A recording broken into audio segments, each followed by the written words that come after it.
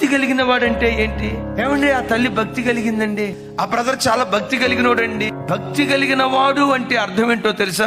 వాడు ప్రార్థనా పరుడుగా బ్రతుకుతాడు. భక్తిహీనుడికి ప్రార్థన ఉండదు. అమ్మా, నా వైపు చూడండి. కూర్చున్న నీవు భక్తి పరురాలివో భక్తిహీనురాలివో ఒకసారి కూర్చొని ఆలోచించు. అన్నా, నా భక్తిని కొలిచే కొలమానికి ఏంటి ఒకసారి చెప్పండి. సింపుల్. ప్రార్థన జీవితం నీకుంటే నువ్వు భక్తి కలిగిన దానివి అని అర్థం.